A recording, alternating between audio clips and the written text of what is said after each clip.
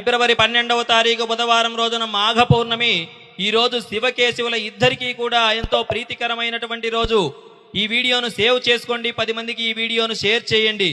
ఎంతో అద్భుతమైనటువంటి రోజు. ఎందుకంటే కార్తీక మాసం దీపారాధనకి ఎంత ప్రత్యేకతో మాఘమాసం స్నానానికి అంత ప్రత్యేకత.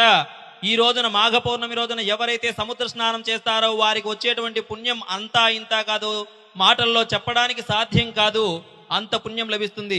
సముద్ర స్నానం ఎందుకు చేయాలి అంటే నదీనాం సాగరోగతి అన్నారు. అంటే నదులంతా కూడా వెళ్ళి సముద్రంలో కలుస్తాయి కనుక. ఒకవేళ మీకు సముద్రం అందుబాటులో లేదు, దగ్గర లేదనుకున్నటువంటి వారు నదులలో కానీ చెరువులలో కానీ బావులలో అయినా కూడా స్నానం చేయండి. తద్వారా మీకు పుణ్యం లభిస్తుంది. అంతేకాకుండా మీ ఇష్టదైవారాధన ఆ రోజు చేసి అనంతరము దానాలకు కూడా ప్రత్యేకత ఉంది. ఈ రోజున గొడుగు కానీ, చెప్పులు కానీ, నువ్వుల పాత్ర లేదా నెయ్యి, అన్నదానము, ఇలా ఏ దానం చేసినా కూడా మీకు మహాపుణ్యం లభిస్తుంది. మీ బంధుమిత్రులందరికీ ఈ వీడియోను షేర్ చేయండి. ఆధ్యాత్మిక దైవిక విషయం